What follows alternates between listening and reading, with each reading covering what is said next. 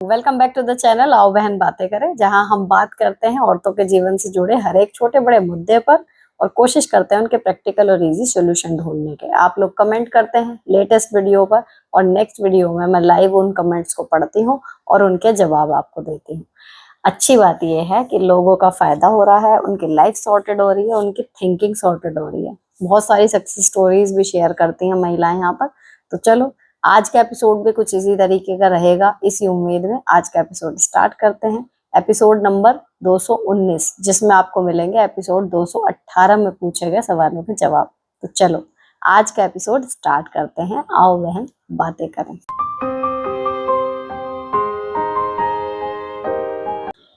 ये क्वेश्चन आया है, इसकी थोड़ी सी बैक स्टोरी मुझे आपको बतानी पड़ेगी कि एक लड़की है, वो टैलेंटेड है, पहाड़ी, शायद जहां तक मुझे याद आ रहा है गांव में रहती है, पढ़ने के लिए बाहर जाना चाहती है, लेकिन घर पे उसकी मम्मी है और मम्मी है टॉक्सिक। जब वो रहती है तो उसके साथ कुछ भी अच्छा बिहेवियर नहीं होता, ना उसके काम को कोई अप्रिसिएशन ना कुछ और, लेकिन उसको जाने भी नहीं दिया जा रहा। और वो अपने आप को हाउसवाइफ के रूप में नहीं देख सकती, उसको पढ़ना तो है, आगे जॉब भी लेनी। मैंने उसको सजेशन दिया था कि जब इतना फर्म है आपका विजन कि मुझे नौकरी तो करनी ही करनी है, अगर आज आप पढ़ाई के लिए बाहर नहीं निकलोगे तो कल को आपको जॉब के लिए भी तो बाहर निकलना ही है। सपोज करो आप यहाँ पर रह कर किसी तरीके से पढ़ाई पूरी कर लो अपनी, जॉब करोगे तब निकलना पड़ेगा। तो ये तो एक परमानेंट प्रॉब्लम है कि यहाँ से जाना तो है ही, मम्मी साथ जाने को भी तैयार नहीं है। अब देखते हैं आगे क्या कहानी है। इन्होंने बोला, मैम जब मैंने हरिद्वार एडमिशन की बात कही तो मम्मी रोने लगी कि तुम्हारे सिवा मेरा कौन है, मैं यहाँ मर जाऊंगी, कौन पूछने वाला है, क्या इसीलिए तुम्हें पैदा किया था, अभी मत जाओ, मैं तुम्हें मेरे दूध के कर्ज से माफ कर दूंगी। मम्मी ने कहा कोई काम मत करो, मैं कर लूंगी सब, बस मुझे छोड़ के मत जाओ, ऑनलाइन पढ़ लो, मैं पैसे दे दूंगी। मेरा मन फिर पिघल गया, बट ये बात मुझे अंदर से खाए जा रही है, मेरी लाइफ बाकी के जैसी क्यों नहीं है।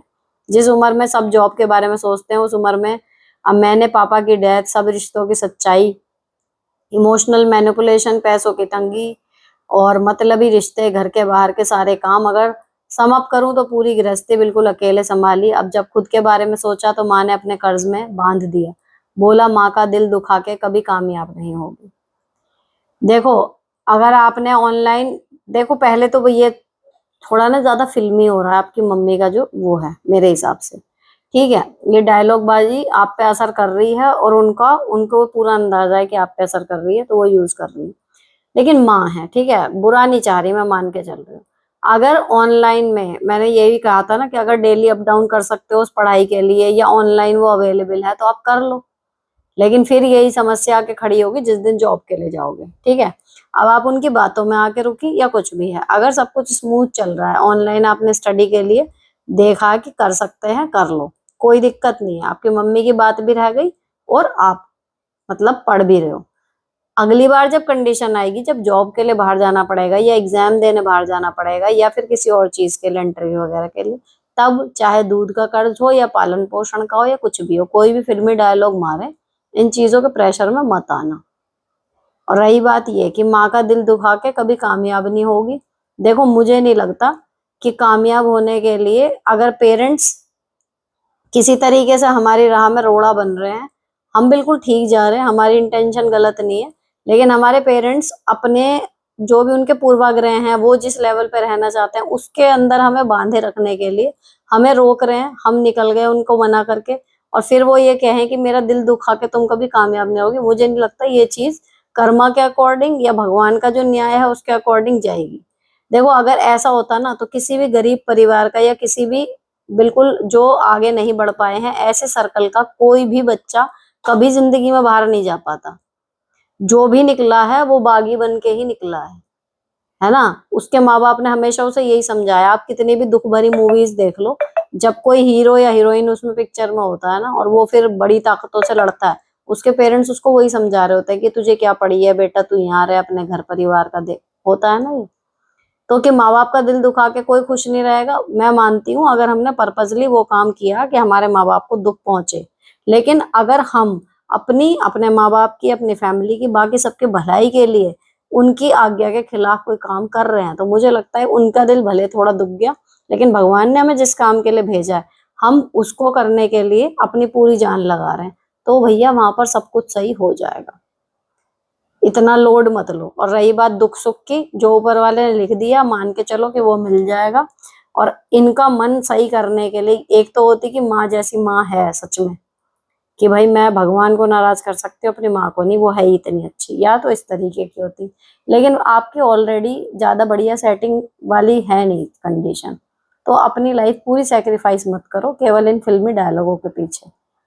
ठीक है, अभी अब ऑनलाइन कर रहे हो कर लो, उसके बाद देखो आगे क्या अपॉर्चुनिटी आती है। लेकिन कोई भी अपॉर्चुनिटी बाहर जाने के बाद ही मिलेगी, यहाँ रह के नहीं मिलेगी। अगर ऐसी आए तो छोड़ना मत, चली जाना, फिर चाहे कितनी डायलॉग बाजी हो। आप भी डायलॉग मारना सीख लो कि भाई दूध का कर्ज है तो मैं तुम्हें अपने साथ ले जाने को कह तो रही हूँ, चलो उतरवाओ वहां जाके अपना कर्ज, या यहीं रह के मेरी जिंदगी खराब करके ही कर्ज उतरेगा। पैदा ये कि तुम्हें पैदा किस लिए इसीलिए किया था क्या, तो भाई इसलिए नहीं भी किया था मैं मान रही हूँ, लेकिन इसलिए किया था कि मेरे को पालो पोसो बड़ा करो और उसके बाद मुझे यहीं पर मेरी जिंदगी हराम कर दो, मुझे आगे बढ़ने ना दो, पढ़ने ना दो, इसलिए किया था। तो डायलॉगों का तो जवाब डायलॉगों से दिया जा सकता है। ये थोड़ी खाली सास ससुर देवर देवरानी जेठानी इन्हीं लोगों को या स्टाफ के लोगों को ही डील करना है। कई बार हमारे पेरेंट्स ही ऐसे हैं, उन्हें भी डील करना सीखना पड़ेगा। हम उन्हें दुख नहीं पहुंचा रहे, लेकिन खुद को दुख पहुंचाने से रोकना ये जरूर आना चाहिए हर एक को।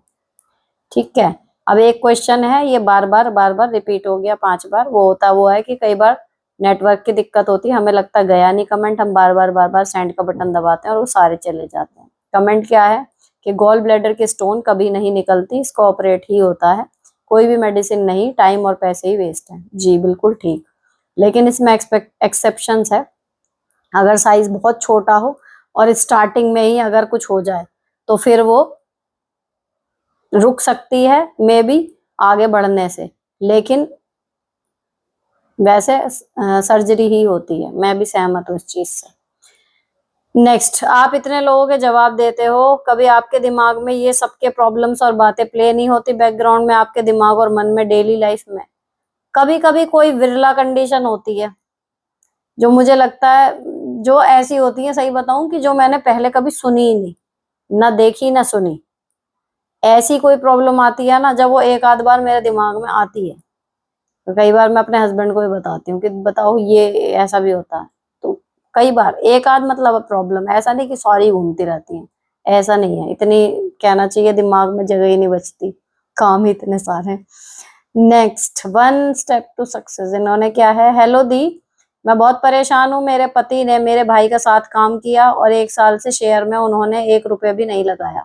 अब अलग हो गए हैं, सबसे झूठ बोल रहे हैं, मम्मी और भाई ने उनके पैसे रख लिए। सब लोग को झूठ बोल रहे हैं, उन्होंने 7 लाख कर्जा कर दिया, 1 रुपया भी नहीं देंगे और इल्जाम लगा रहे हैं। अब मेरा भाई अकेला काम कर रहा है, 1 रुपया भी कर्जा नहीं हो रहा। मेरे पति ने 2 लाख रुपए घर भेज दिए काम शुरू करने के लिए। मम्मी ने 30,000 रुपए दिए, फिर भी हमारे साथ इतना गलत कर रहे हैं और लोगों को बोलते हैं हमारा फैसला करा दो। प्लीज हेल्प दी, इतना झूठ बोलते हैं, इतना गिरा हुआ है ये, कुछ भी किसी के साथ कर सकते हैं। देखो इसीलिए ना, बिजनेस किसके साथ करना है ये बहुत सोच समझ के। एक आदमी आपके साथ रिश्तेदारी में ठीक है, लेकिन जब बात पैसों की और बिजनेस की आती है ना, तो अलग होती है सिचुएशन। कई लोग बोलचाल में बेकार हैं, आपके आने जाने में कोई ज्यादा वो नहीं है, लेकिन बिजनेस में वो बहुत ईमानदार और अच्छे होते हैं। तो यहाँ स्टार्टिंग में आप अपने पति को और आपका भाई अपने जीजा को जज करने में गलत कर गए। जो पैसों के मामले में घालमेल वाले आदमी होते हैं ना, थोड़ा सा उनकी आदतों से अंदाजा लग जाता है। तो ऐसे आदमी के साथ कभी भी साझे में काम नहीं करना था, पहली चीज। दूसरी, अगर आपके तरफ से कुछ गलत नहीं हुआ है, उन्हें गा लेने दो गाने, कितने भी गा रहे हैं।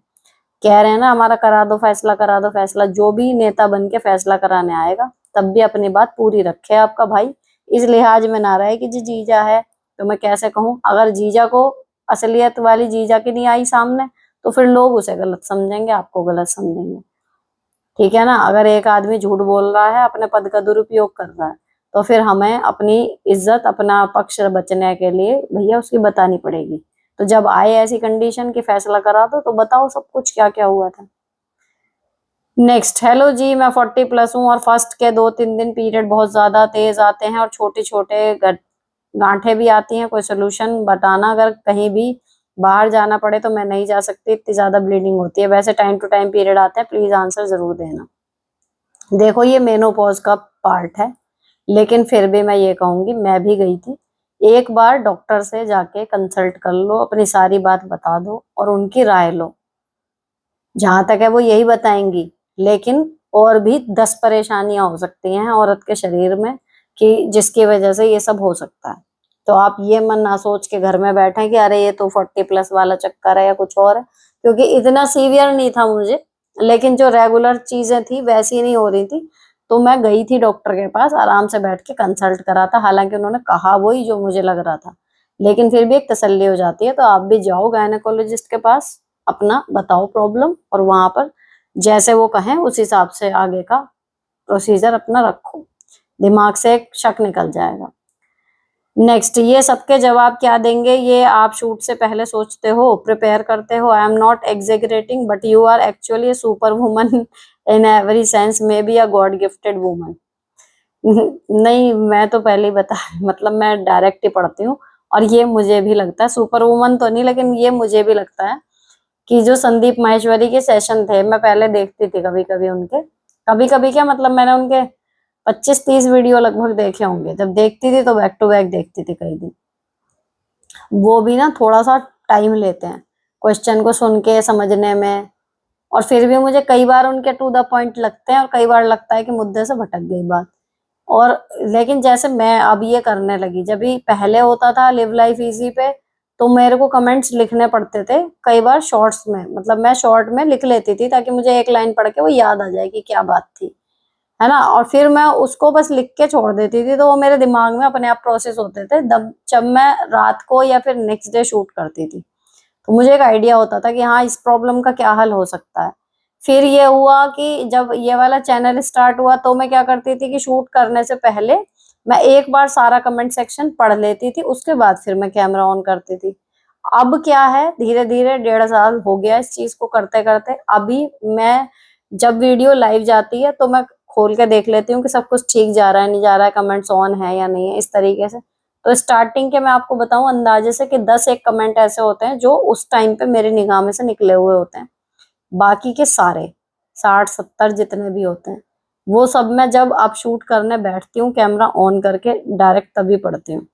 तो ये मुझे भी लगता है कि ऐसे कोई नहीं करता, बट ठीक है, अगर भगवान की कृपा है और हो रहा है सही कुछ सब कुछ तो सही है, क्योंकि अगर मुझे प्रिपेयर करना पड़े, केवल यही बात थी कि ये चैनल मैंने स्टार्टिंग में स्टार्ट ही नहीं करा था कि इसका काम कौन करेगा, कैसे होएगा। लेकिन अभी यह है कि हाँ डायरेक्ट मैं पढ़ती हूँ, डायरेक्ट ही आंसर देती हूँ, तो मुझे लगता है मेरे हाथ से ये जितने भी लोगों का भला हो सकता है, शायद उसका ये जरिया है, बस और कुछ नहीं। ठीक है, तो वास्तव में जब मैं यहाँ बैठती हूँ ना, तो फिर मुझे और कुछ मैं मतलब कहीं भी मेरा ध्यान भी नहीं जाता, और सच में हाथ जोड़ के यही बैठती हूँ भगवान को याद करके कि मेरी किसी भी बात से किसी का भी कोई नुकसान ना हो, सबका फायदा हो, सब सॉर्टेड हो जाए, क्योंकि एक्चुअली इसको शुरू करने के पीछे मेरी नीयत यही थी कि जिस भी औरत से बात करो, जिस भी टीचर से बात करो, कुछ करो, सबकी लाइफ में प्रॉब्लम्स चल रही हैं, छोटी बड़ी, हमारे लिए दिखने में छोटी है लेकिन बंदी के लिए बहुत बड़ी है, और बेफालतू की उलझी हुई है क्योंकि उनकी थिंकिंग जो है वो सॉर्टेड नहीं है। मुझे लगता था ये मेजर प्रॉब्लम है, बात होनी चाहिए इस मुद्दों पे, इन तरीके के मुद्दों पे, तो वो ही है बस, और मुझे लगता है वो भगवान की कृपा है बस, और कुछ नहीं। नेक्स्ट, हेलो दी, मेरी फ्रेंड बहुत परेशान है, वो एक हाउसवाइफ और मदर है दी, उसे लगता है कि उससे ज्यादा बदनसीब और कोई नहीं, पढ़ाई में बहुत अच्छी थी, आईएएस बनना चाहती थी, बट उसके फैमिली ने साथ नहीं दिया, 21 की उम्र में ही शादी करा दी, ससुराल हद से ज्यादा टॉक्सिक है, घर में सास ससुर नंदों की चलती है, हस्बैंड को भी कोई मतलब नहीं, वाइफ से 9 साल इनफर्टिलिटी फेस करके उसका बेबी हुआ, उम्र 34 साल है, कल वो बात करते वक्त बहुत रो रही थी, उसे लगता है कि उसके सारे सपने टूटने के लिए ही थे, उसका अपना घर का सपना था वो भी नहीं मिला, सेल्फ डिपेंडेंट होना चाहती थी वो भी नहीं हो पाई, फाइनेंशियली भी बहुत वीक है, बच्चे के साथ कमा भी नहीं सकती क्योंकि बच्चा बहुत छोटा है, और उसके बच्चे को घर में कभी भी कोई पीट देता है, बताओ।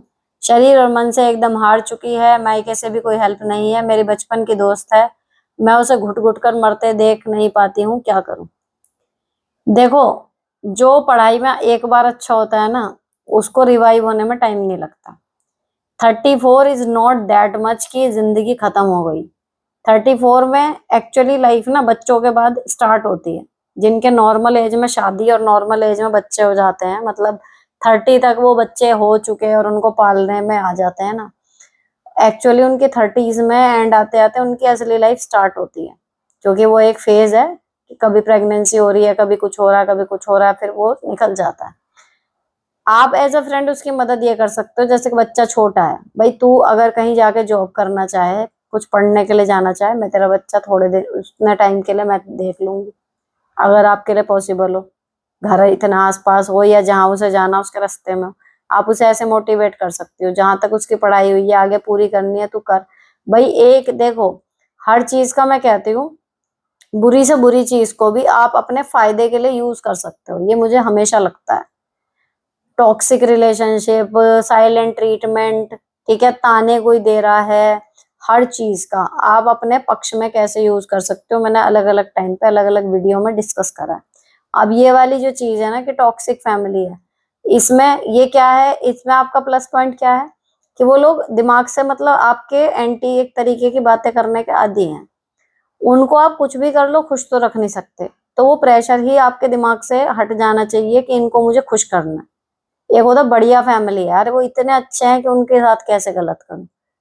लेकिन जो ऑलरेडी घटिया लोग हैं, आपके नहीं है, आपके मतलब 9 साल बाद जिसका बच्चा हुआ हो, वो बच्चे को ऐसा रखती है माँ, परिवार भी रखता है, लेकिन माँ तो देख ही नहीं पाती कि वो अब उसके बच्चे को ऊंची आवाज भी कर दे, वो चाहे खुद कुछ भी करे।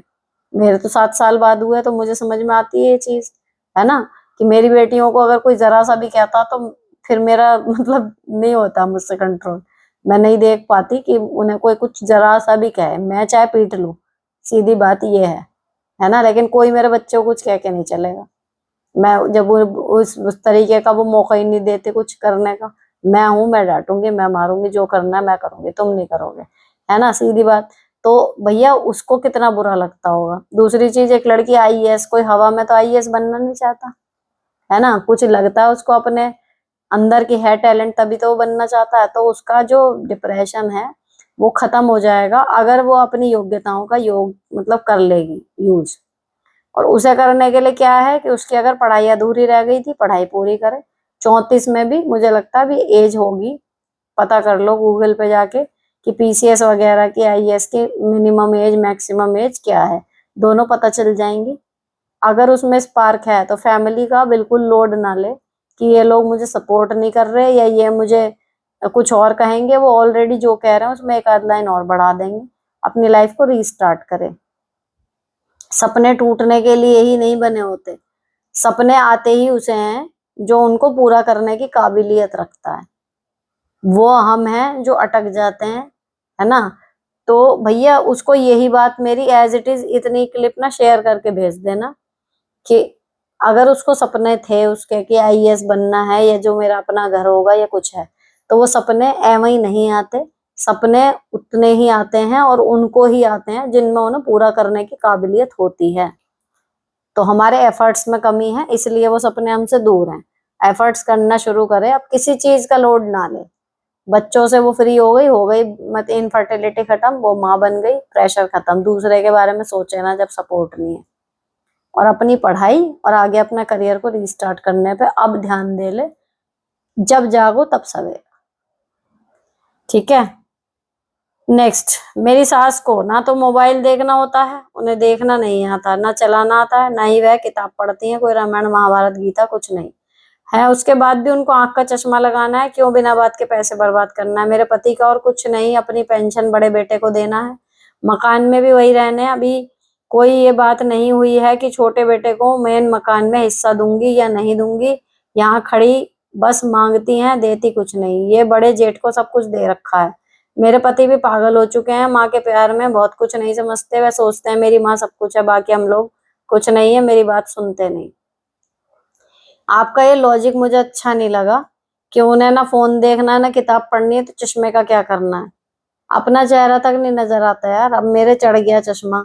कितनी बार होता है कोई कपड़े का डिजाइन है, इवन जब पूजा करो ना, भगवान जी के चेहरे अब ढंग से नजर नहीं आते, छोटी अगर उनकी प्रतिमा है ना, तो कई बार लगता है कि पूजा करते टाइम भी चश्मा लगा लूं। तो क्या केवल हमें किताब और मोबाइल के लिए ही चश्मा चाहिए होता है? बूढ़ी हैं, उनकी आंख इतनी कमजोर हो गई होंगी कि उनको नॉर्मल चीजें भी नहीं नजर आ रही होंगी। और कितने रुपए का चश्मा? मैक्सिमम 900, 800, 1000। इधर इससे ज्यादा का नहीं बनेगा। अगर आप देखोगे रेंज में, इसमें मिल जाएगा। आपके पास कोई पुराना फ्रेम पड़ा हो, लेंस डलवा लो और सस्ता पड़ जाएगा। लेकिन ऐसी चीज पे एक तरीके की, देखो उनकी आंखें हैं, अब आप और चीजों पे करो बहस कि भैया ये चीज वहां से क्यों नहीं ले रहे, ये नहीं, लेकिन अगर वो मुंह चढ़ के चश्मा यहाँ से मांग रही तो यार दिलवा दो, ये अच्छा नहीं लग रहा सुनने में। ठीक है, मुझे पता नहीं क्यों बागबान का सीन याद आ गया। दूसरी चीज, ये ना आपके लिए मैं एंटी नहीं कह रही, मैं मतलब ऐसे जेन्युइन कह रही हूँ, मतलब मुझे सुन के लगा कि नहीं गलत है, चश्मा तो बनवा देना चाहिए। अगर कह रही हैं तो ठीक है। अब ये वाली जो बात है कि मेरा पति पागल है जी, सुनता नहीं है वो, देखो आप ट्राई कर सकते हो, है ना। बाकी बड़े लोग जो हैं भैया वो एक तरफ झुकते हैं। क्यों झुकते हैं पता नहीं, उनको वो कमजोर लग रहा है। अलग अलग है सब बुड्ढों की इसमें टेंडेंसी। कोई झुकता है, जो बच्चा ज्यादा सक्सेस हो गया वो लाड़ लड़ाते हैं उनके। कोई जो बिल्कुल कमजोर है उसके लाड़ लड़ाते हैं। किसकी तरफ झुक जाए कुछ नहीं कह सकते। आप एक तरफा प्यार की तरह सिर्फ सब्र कर सकते हो। रही बात ये कि जो देती रहती है वहां, खर्चा यहाँ, तो ये बात आप अपने जेठ को या जिठानी को बोल सकते हो कि भैया मम्मी को चश्मा बनवाना है, और जब रहती यहाँ है सब कुछ करती हैं आप लोगों का, तो उनका चश्मा वगैरह बनवा दो। एक बार आप कह दो, क्यों पति की राह देख रही हो? अगर इतना है तो कह दो जेठानी से, जेठ से एक बार। और फिर ये है कि भैया माँ के सामने कहना, और जानबूझ के, ताकि पता चले कि कहने के बाद भी वहां से नहीं आ रहा, दे हम ही रहे हैं। छोटे मोटे खर्चों को ऐसे इतना मत सोचो, ऊपर वाला आपको बहुत देगा। ठीक है।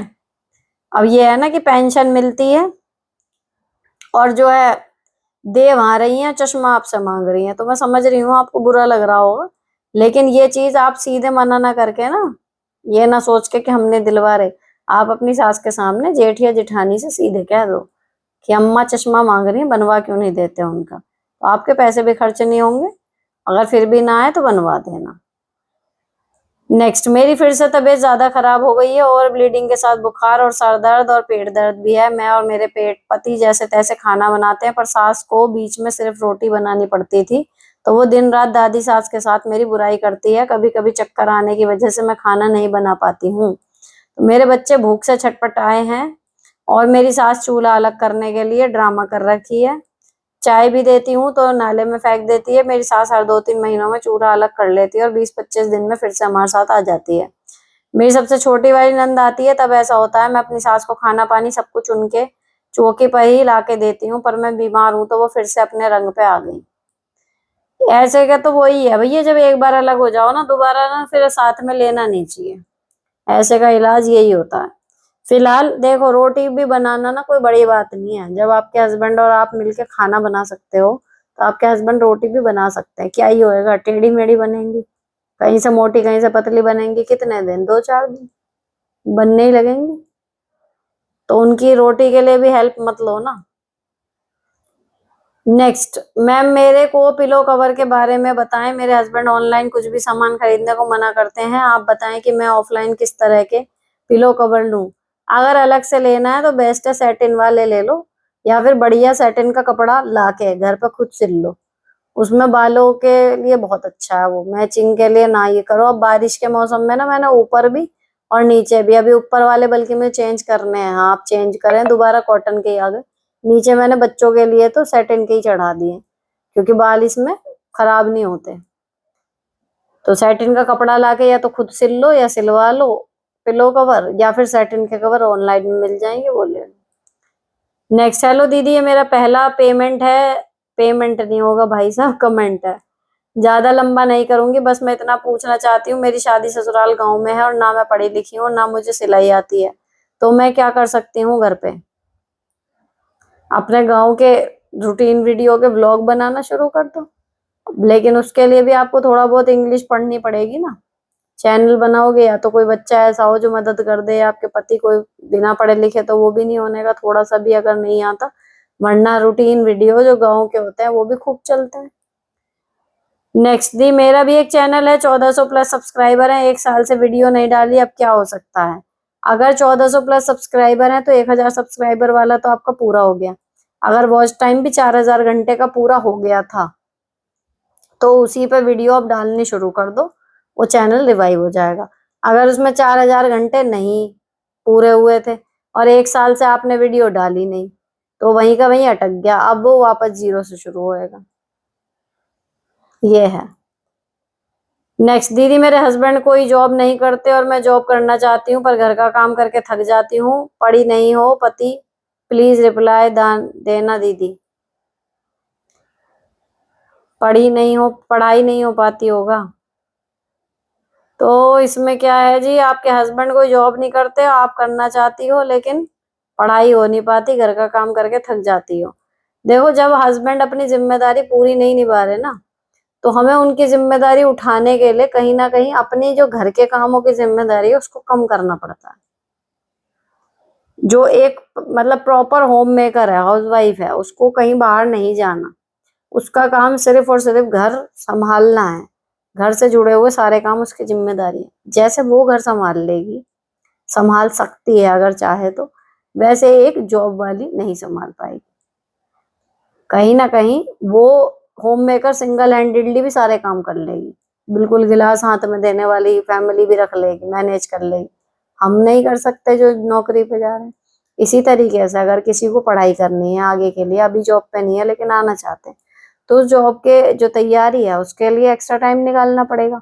अब एक्स्ट्रा टाइम निकालोगे तो तभी ना, जब जो ऑलरेडी तुम्हारे काम है उनमें से थोड़ा कम करके वहीं से तो टाइम निकलेगा। दिन तो 24 की जगह 48 घंटे का होने से रहा। तो अपना घर का काम ऐसे मैनेज करो जिससे तुम्हारा पढ़ाई का काम थोड़ा सा होने लगे। दूसरी चीज, बल्क में सारा घर का काम निपटा के फिर मैं पढ़ूंगी, ये सोच बदल लो। पहले सुबह पढ़ लो, अर्ली मॉर्निंग 1 डेढ़ घंटा। ठीक है, फिर काम को टुकड़े में करो, थोड़ा काम कर लो, फिर बैठ के पढ़ लो 1 घंटा आधा घंटा, फिर थोड़ा काम कर लो।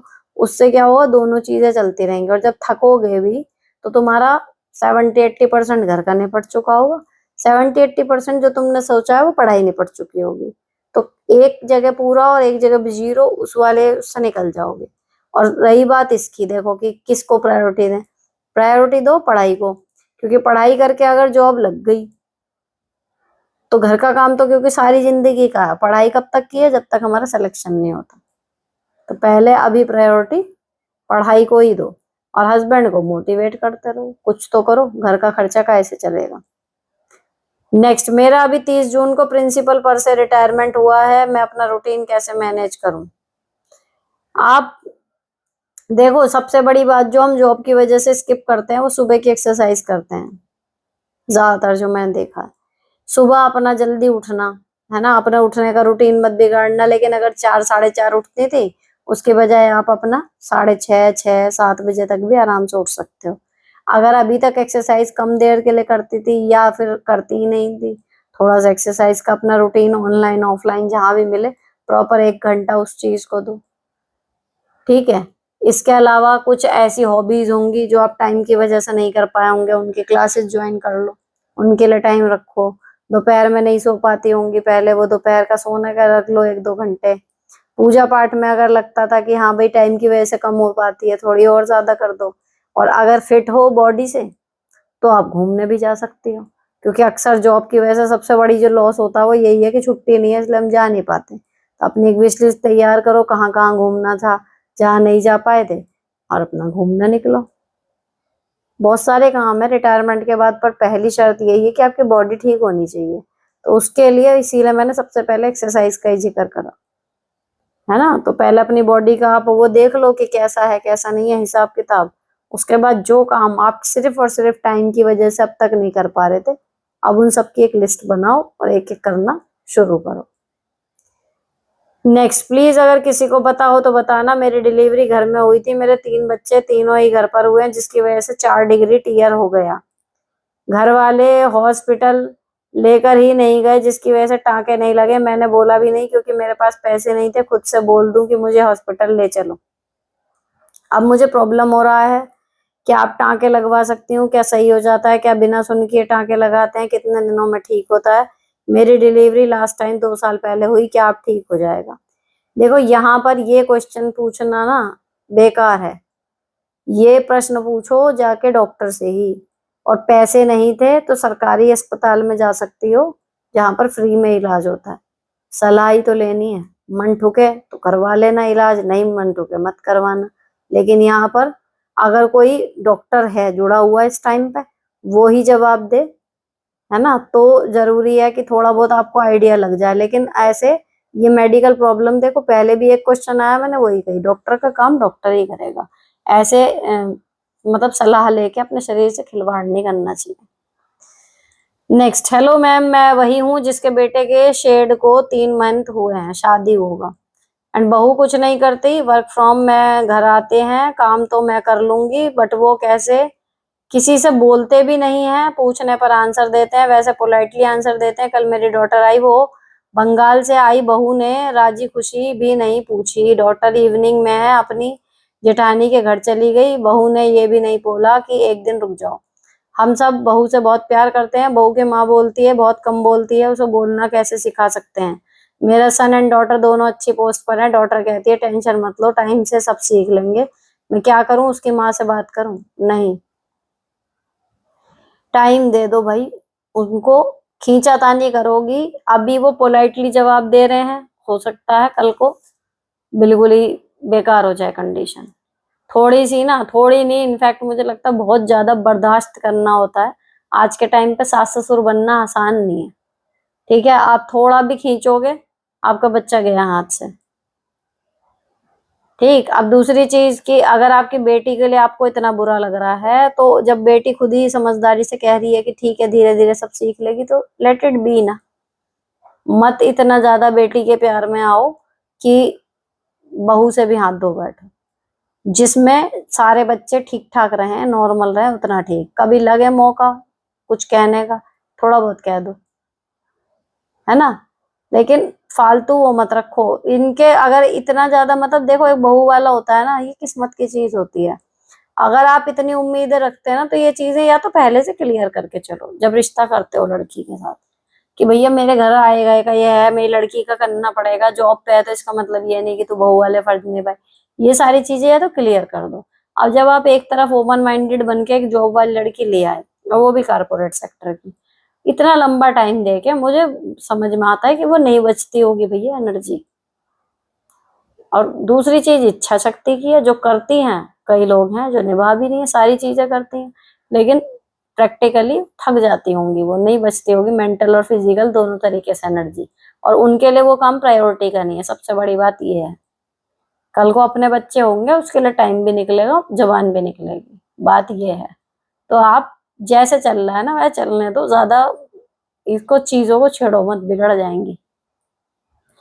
नेक्स्ट, हेलो सुनीता दी, मेरे इन लॉज गाँव में रहते हैं, वहाँ के एरिया भी बहुत बैकवर्ड है, और हम लोग सिटी में रहते हैं, और अपना खर्चा बच्चों की स्टडी सब यहीं से है। वो लोग हमारी इंसल्ट करते हैं कि हम लोग उनके साथ नहीं रहते हैं, प्लीज बताइए मैं क्या करूं। अब गाँव में हम नहीं रहते, इसके लिए हमारी इंसल्ट हो रही है।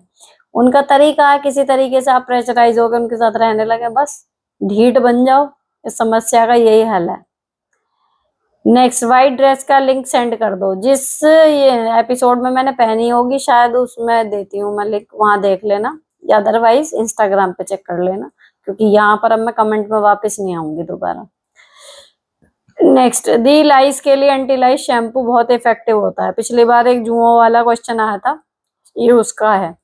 एंटी लाइस शैम्पू, हाँ, और ये जो अभी मैंने एक स्किप करा वो भी ये लिखा था, मैंने बताया था ना उसमें लक्ष्मण रेखा। कई लोगों ने ट्राई करा, कह रहे हैं कि अच्छा है, वो उन्होंने भी करा, तो वो मेरी बात सही है। नेक्स्ट, मैम मेरी एज 38 है, बेटा 18 का हो गया है, हाइट भी उसकी 6.2 हो गई है, अपने पापा की तरह। मेरी बेटी 16 साल की है और वो 5.5 की है। मेरी हाइट कम है, प्रॉब्लम यह है कि मैं कम उम्र की लगती हूँ, पतली भी हूँ। मेरी सास हंसती है कि ये तो बुढ़ी नहीं होगी जल्दी। मेरी देवरानी भी मुझसे बड़ी लगती है, क्या करूँ? टिप्स दो कि क्या पहनूं, कैसे रहूं? हम सूट पहनते हैं, सभी टाइप के फ्रॉक सूट छोड़ के, प्लीज एडवाइस। तो ये ना, आप इसको बुराई मत मानो, इसे कॉम्प्लीमेंट मानो। ये तो कभी बुढ़ी नहीं होगी, तो ये तो कॉम्प्लीमेंट है। जैसे रहती हो वैसे ही रहो। एवरग्रीन का ये टैग लो, इस पे वो मत करो कि कैसे क्या पहने। नेक्स्ट, दीदी बच्चों को कैसे पढ़ाएं? एक बेटा 2 में है, एक 4 में है। उनका स्कूल टाइम 12 से 5 है और 12 बजे तक मैं ड्यूटी पर रहती हूँ। उसके बाद मुझे घर भी देखना पड़ता है। किसी की भी हेल्प नहीं मिलती। मुझे कुछ समझ नहीं आ रहा, कुछ बताएं दी। मतलब आप 12 बजे तक ड्यूटी पे हो, जब आप आ रही हो तो बच्चे चले जा रहे हैं, है ना? 12 बजे तक आप ड्यूटी पे हो और 12 से 5 उनका स्कूल टाइम है। तो ये दिक्कत हो रही है। अब देखो, ऐसे शिफ्ट वाले स्कूलों में अक्सर साल के साथ चेंज भी हो जाता है, लेकिन अगर ऐसा नहीं होता तो आपके पास ऑप्शन, देखो ये कोई इतनी बड़ी प्रॉब्लम नहीं है अगर करोगे तो। आप जब ड्यूटी पे जा रहे हो उसके बाद आ गए, बच्चे आपके उस टाइम पे है नहीं, 5 घंटे आपके पास है, उसमें आप एक आध घंटा रेस्ट भी करोगे अगर, तो भी 4 घंटे में मस्त घर का काम निपट जाता सारा। ठीक, जब आपके बच्चे आ गए उसके बाद से पूरा टाइम बच्चों का, फिर एक आध घंटे के लिए शाम को डिनर विनर बनाओ, उस टाइम पे करो जो करना है, बच्चों के साथ पढ़ाओ उन्हें, खेलो, कुछ भी करो। नेक्स्ट, मैम मैं एक लड़की हूँ और एक लड़की से प्यार करती हूँ, लेस्बियन हूँ। बचपन से ही मैं लड़कों के साथ कंफर्टेबल या सेफ फील नहीं करती थी, लेकिन अपनी गर्लफ्रेंड के साथ पहली बार मुझे सच्चा प्यार और अपनापन मिला। पर हमारे फ्यूचर को लेकर बहुत डर है। इंडिया में साथ रहना मुश्किल है, safety issue, plus my partner doesn't want to adopt here. So हम दोनों सिर्फ रहेंगे दोनों के लिए विदाउट एनी फैमिली, इसलिए हम अब्रॉड जाकर शादी और बच्चे चाहते हैं। लेकिन सेटल हो पाएंगे या नहीं पता नहीं। मैं सिंगल चाइल्ड हूँ, मम्मी पापा को छोड़ के अब्रॉड जाएं तो उनका क्या होगा इससे, प्लस उन्हें नहीं बताया कि मैं लेस्बियन हूँ, इससे डर लगता है। अगर किसी लड़के से शादी करूं तो लगेगा खुद से धोखा किया, अगर अपनी पार्टनर को चुनूं तो फ्यूचर को लेकर बहुत अनसर्टेनिटी है। मैम मैं बहुत कंफ्यूज्ड हूँ, कृपया मेरी मदद कीजिए। देखो, जब आप ऐसा कुछ डिसीजन अपने लाइफ में ले रहे हो लेस्बियन होने का, जो हमारे सोसाइटी में जो नॉर्म्स है उनके खिलाफ है या उनके जैसा नहीं है, नॉर्मल नहीं है ना? अब यहाँ कुछ लोग कहेंगे कि ये तो नॉर्मल है परफेक्टली। देखो, नॉर्मल होता तो इसको खुलेआम कोई भी कर लेता स्वीकार। आप खुद मान रहे हो कि इसमें प्रॉब्लम आएगी, यानी कि ये जो सोसाइटी का नॉर्मलाइजेशन है, नॉर्मल तो ये नहीं माना जाता।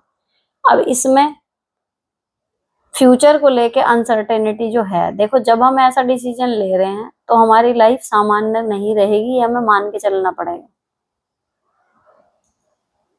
है ना? तो अब आपका वहां जाके सेटिंग होगी, माँ बाप हैं, शुरू में भड़केंगे। अगर प्रोग्रेसिव सोच के हुए या उन्हें लगा कि ठीक है यार बच्चा खो ही जाए, इससे अच्छा जैसा भी रहे हमारा बच्चे के साथ कनेक्शन रहे, मान भी सकते हैं, नहीं भी मान सकते, दोनों ही बात है। लेकिन आपकी प्रायोरिटी आपको सेट करनी है कि भैया मुझे उस लड़की से शादी करनी है, दैट्स इट। तो जब एक प्रायोरिटी लेके चलोगे तो बाकी चीजें अपने आप नीचे हो गई उससे, और फिर आप उसको पूरा करोगे, फिर आपका फ्यूचर जाए। अब आपका फ्यूचर कैसे सिक्योर होएगा? आपको क्या लग रहा है? भाई लड़के से शादी करोगी तो खुश नहीं रहोगी, लड़की से शादी करोगी तो जमाने भर की बातें, ये वो, बच्चा अडॉप्ट करना नहीं करना। मुझे जो समझ में नहीं आता, एक आध जोड़ा मेरे को ध्यान है, एक बार मेरी पेज पे आना शुरू हुआ था, उनका चैनल वायरल हुआ था, उन्होंने शादी करी थी लड़की लड़की ने, और वो यूट्यूब चैनल चला रहे हैं, उनका सिल्वर बटन वटन सब आ गया, लोगों ने खूब देखा, शादी किया उनका पूरा, वो सब कुछ सपोर्ट कर रहे हैं, कुछ गालियां निकाल रहे हैं। अब बात आई कि बच्चा अडॉप्ट करेंगे। जब तक मैंने उनके 2-4 एपिसोड उस टाइम पे देखे थे, मुझे ये नहीं समझ में आता जब वो बच्चा बड़ा होगा वो क्या करेगा फिर, कैसे वो अपने साथ वालों को बता पाएगा? तो मुझे ऐसा लगता है, देखो आपकी लाइफ है, आपकी चॉइस है, आपने जो करना था कर लिया, लेकिन एक नन्ही जान को दोबारा जो आप मतलब उसको अडॉप्ट करोगे, आप चाहे उसे मैं कहूँ सोने का टुकड़ा भी खिला दो, कुछ भी कर दो, इंडिया में ये चीज मुझे नहीं लगता आने वाले 10 साल में भी इतनी नॉर्मल हो पाएगी कि एक बच्चा बड़ा होके अपने स्कूल वालों को बताए कि मेरी ना दोनों मम्मी मम्मी है, पापा नहीं है। सोच के देखो।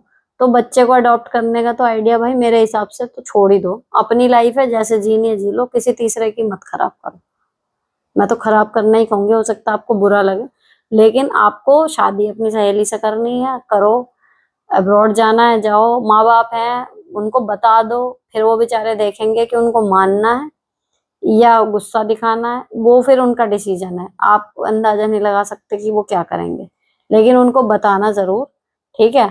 उसके बाद यहाँ पे जो आप इशू बता रहे हो वो होंगे ही होंगे, तो जाओ अब्रॉड जो भी है, लेकिन बच्चे वाला सीन जो है मेरे हिसाब से रहने ही दो तो ज्यादा अच्छा है ना। बाकी देखो मैं खुद कंजर्वेटिव ही हूँ इस मामले में। मैं नहीं समझ पाऊंगी वहां तक सोच के कि कैसा लगेगा, या इंसान है ये वो या नॉर्मल है। मैं नहीं समझ पाऊंगी उस चीज को। लेकिन अगर मैं ये भी मान के चलूं कि ठीक है आपकी लाइफ आप जैसे भी कर रहे हो, तो भी एक बच्चे को मुझे लगता है उस चीज से दूर ही रखो तो ज्यादा अच्छा। कितना भी प्यार कर लोगे यार आपको वो, लेकिन वो बच्चा तो सोसाइटी में जाएगा ना।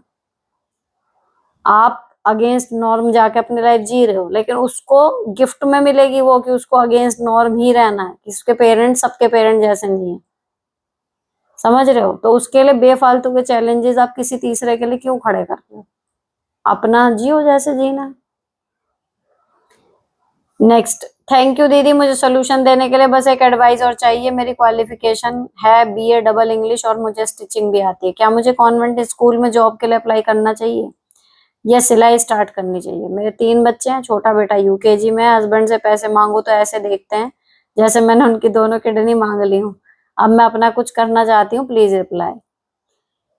देखो बीए डबल इंग्लिश पर्याप्त नहीं है पढ़ाने के लिए। आपके पास या तो बीएड या ये वाली डिग्री, कुछ डीएलएड वगैरह, मतलब पढ़ाने वाली भी कोई डिग्री होनी चाहिए। और अब तो टेट भी मांग रहे हैं, तो प्राइवेट स्कूल वाले इसको 100% फॉलो नहीं कर रहे, लेकिन मांगेंगे। तो आपके पास प्रोफेशनल डिग्री नहीं है, केवल क्वालिफिकेशन है बीए तक की। तो अभी तो आपको कॉन्वेंट स्कूल में ही मुझे नहीं लगता कि जॉब मिलेगी। दूसरी चीज, अपना इंटरेस्ट देखो ज्यादा किसमें है। टीचिंग अच्छी करती हो, उसमें जाने का ज्यादा मन है कि जो उसके वर्किंग आवर्स या फिर सिलाई आपका पैशन है और अच्छी आती है आपको, तो ये देखो दोनों में ज्यादा अच्छी किसमें हो। फिर वो देखो, अगर आपको लगता है कि सिलाई आपकी एवरेज है, टीचिंग ही करनी है, तो फिर बीएड करो। अगर आपको लगता है कि स्टिचिंग बहुत अच्छी है तो फिर छोड़ो। पढ़ाई वढ़ाई का मुद्दा वो अपने बच्चों के काम आएगी, या फिर ट्यूशन वगैरह ले लेना और अपनी स्टिचिंग पर ध्यान दो। ऐसे कर लो। नेक्स्ट, हाय मैम, मेरे हस्बैंड रात 9 बजे घर आते हैं। आते ही ननद से फोन पे चुगली करना लग जाते हैं। सही। मेरी ननद उनका माइंड वॉश करती है, देवर को पैसे देने का प्रेशर डालती है। मेरी एक बेटी 4 साल की है और दूसरी 10 महीने की। मैं हस्बैंड के आने के बाद उसे साइकिलिंग के लिए ले जाती थी, बट नंद की ऐसी हरकत के कारण अब डर बैठ गया है। मेरे सामने मेरे हस्बैंड नंद को फोन नहीं करते। ये श्योर है कि हस्बैंड रात 9 बजे के बाद ही सारे फैमिली वालों को कॉल करते हैं। मुझे क्या करना चाहिए? अपनी मैरिड लाइफ सेव करनी चाहिए, अपनी बेटी का साइकिलिंग कंटिन्यू करनी चाहिए। क्योंकि अगर मैं साइकिलिंग सिखाने के चक्कर में रहती हूँ तो मेरी बेटियों का फ्यूचर खराब हो जाएगा। मेरे हस्बैंड फोन पर बात कर करके सारा अमाउंट ट्रांसफर कर देंगे। Please suggest. अजीब है ऐसे पति। मतलब अभी तो सही बात है, अब साइकिलिंग को छोड़ो भैया, पहले फ्यूचर ही बचा लो। लेकिन बात यह है कि अगर आपके पति आपसे ये बात डिस्कस कर लेते हैं, अगर आप पूछती हो कसके, तो उनसे पूछो कि भाई कितने पैसे दे दिए इस बार, कब वापस आ रहे हैं वो पैसे, या फिर जब हमारे खर्चे हों तब हमें उतने मिलते रहें। तो अपने पैसे, अगर आपकी कोई जरूरतें पूरी हो रही हैं तो आप अपने स्तर से थोड़ा बहुत इन्वेस्ट करना शुरू कर सकती हो। अगर आपको दिख रहा है, ऐसे बहुत सारे केस हैं जिसमें पति ढंग से इन्वेस्ट नहीं करते थे या कुछ करते थे, लेकिन पत्नियों ने अपने घर खर्च के पैसों से ही बचा बचा के उनके लिए थोड़ा थोड़ा इन्वेस्ट कर करके ही काफी कुछ अपना ठीक ठाक बना लिया। तो आप उस तरीके से भी थोड़ा प्लान कर सकते हो। लेकिन फिलहाल तो यही है कि फोन आना और पैसे दे देना, उसका इलाज ये नहीं है कि आप वहां बैठे रहो। आप यहाँ नहीं करोगे, वो ऑफिस से करवा देंगे अगर 24 घंटे बैठी रहोगी। उन्हें लगेगा भाई घर पे मौका ही नहीं मिल रहा है तो यहीं बैठ जाती है। जिसे करना है वो ऑफिस से करवा लेगा। मुद्दा वो नहीं है। मुद्दा ये है कि ये बताएं और पूछें कि भाई कब तक वापस मिलेंगे, या आप पूछ सकते हो इनसे। सीधे सीधे मतलब बात करो, अनडायरेक्टली नहीं। सीधे सीधे ही बात कर लो कि क्या चल रहा है ये। सीधे बोलो कि मतलब मैं साइकिलिंग सिखा रही थी लड़की को, अब इसकी चौकीदारी करनी पड़ रही है मुझे कि तुम उन्हें पैसे ना भेज दो। सीधे बोल दो एक बार। नेक्स्ट, हेलो दी, मेरी शादी पिछले साल ही हुई है, जो हमने खुद अपने पैसे से की, क्योंकि दोनों की फैमिलीज में फाइनेंशियल इशू चल रहे थे एंड एज भी ज्यादा हो गया था। बात यह है कि मेरे इन लॉज की तरफ से एक रुपया भी नहीं मिला शगुन का मुझे। मैं बहुत कुछ एक्सपेक्ट नहीं कर रही थी, बट MIL FIL होने के नाते उनको शगुन में कुछ आशीर्वाद के तौर पे देना चाहिए था कि नहीं? देना चाहिए था। उनको थोड़ा कैश दिया था, किसी का 1 रुपया भी हमने खर्च नहीं किया, सिर्फ मेरी मम्मी ने किया कुछ चीजों में। इवन जो लड़के वालों को करना चाहिए था वो भी। इवन बड़ी ननद है जिनको 13-14 साल हो गए शादी को, उनको भी शगुन देना चाहिए था या नहीं? सिंस हमारी लव मैरिज है तो उन लोगों को मैं पहले भी गिफ्ट एंड बिछिया देती थी। हमेशा मुझे नहीं देते उसका कुछ नहीं, बट एटलीस्ट शादी में देना चाहिए था। बिकॉज मेरी फैमिली बहुत डिसअपॉइंट हुई इस बात से कि उनकी बेटी का जरा सा भी मान नहीं किया। उनके खानदान की मैं पहली बहू हूँ, शादी में सिर्फ फैमिलीज एंड फ्यू फ्रेंड्स को बुलाया था। अभी 2 मंथ पहले मामा के बेटे की शादी थी, तो MIL एंड वही SIL दुल्हन को साड़ी देने के लिए शॉपिंग की। एंड 2 मामी हैं उनके लिए भी साड़ी ली है। बट बात बस वही है कि ये सब देख के बहुत हर्ट हुआ कि मुझे शादी में साड़ी तक नहीं दी है। MIL ने मेरे लिए शादी के टाइम एक साड़ी ली थी, पर वो भी मुझे मकर संक्रांति पे दी। एंड अभी तक बस वही एक चीज दी है मुझे, पता नहीं शादी में क्यों नहीं दी। सॉरी, कमेंट लंबा हो गया। अब सॉरी का कोई फायदा नहीं, अब तो मैंने पढ़ ली। लेकिन बात यह है कि उनको ऐसा लगता है कि भैया ये दोनों तो कर लेंगे, क्यों ही अपने पैसे वेस्ट करें। और मैं भी वो आपको पसंद ही ना करती हूँ, और शादी उनकी मर्जी के खिलाफ हुई है, तो एक एक तरीका होता है अपनी नाराजगी जताने का। मैं भी ये हुआ हो तो ठीक है, आपका जो मन करे ना, बढ़िया से बढ़िया अपने लिए खुद लेके पहनो। अब जिसने नहीं किया नहीं किया, दुख होना था एक बार हो गया, अब उस चीज को ना पकड़ के मत बैठो, क्योंकि सिवाय परेशानी के और कुछ नहीं हाथ लगने वाला। अच्छी अच्छी चीजें लो खुद और पहनो। जब मेरे को ऐसा लगता था ना, मेरे को ऐसा लगता था पीयर की तरफ से, सबके पीयर से ना बड़े सुंदर सुंदर सामान आते थे, सब कुछ है, और हमारे यहाँ से थोड़े से, वो भी रूखे सूखे से, बस पैसे। क्योंकि मम्मी मतलब रही नहीं थी, और मतलब भैया भैया वही कि बस नाम चार का वही चल रहा है।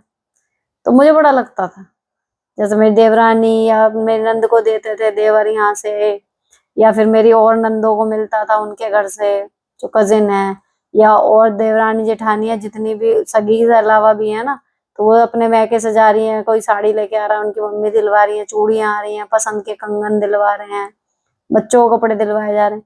हमारे यहाँ से लो वही 100 रुपए, 200 रुपए, 500 रुपए, तो वो ऐसे मतलब पैसे आ जाते थे। हालांकि मैं इतनी सस्ती शॉपिंग करती थी, उन 200 रुपए में भी मैं बहुत कुछ ला सकती हूँ, लेकिन वो पैसे लेके फिर लाना, वो इतना अच्छा नहीं लगता था। जैसे वहां से मिलता है तो वो ज्यादा खुशी होती थी, पर मुंह से कहें तो कैसे कहें, अजीब लगता था कि यार मांग रही है।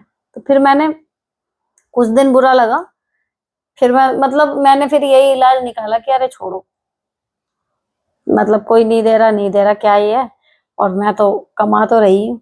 तो मेरे को फिर मैंने ये नियम बनाया कि जो मुझे लेना होता था, जो मैं वहां से एक्सपेक्ट कर रही हूँ वहां से आए, कुछ भी सजने संवरने का सामान, कंगन वंगन जो भी चाहिए होते थे, मैं अपने पैसों से जाके खुद ले आती थी। ना मैं अपने हस्बैंड से पैसे लेती थी, ना मैं अपने भाइयों से एक्सपेक्ट कर रही हूँ। अपने पैसे लिए और लिए। 100-50 रुपए की चीज है, मतलब उतने ही रुपए में लाती थी, लेकिन फिर मैं अपने पैसों से लाने लगी, तो बस।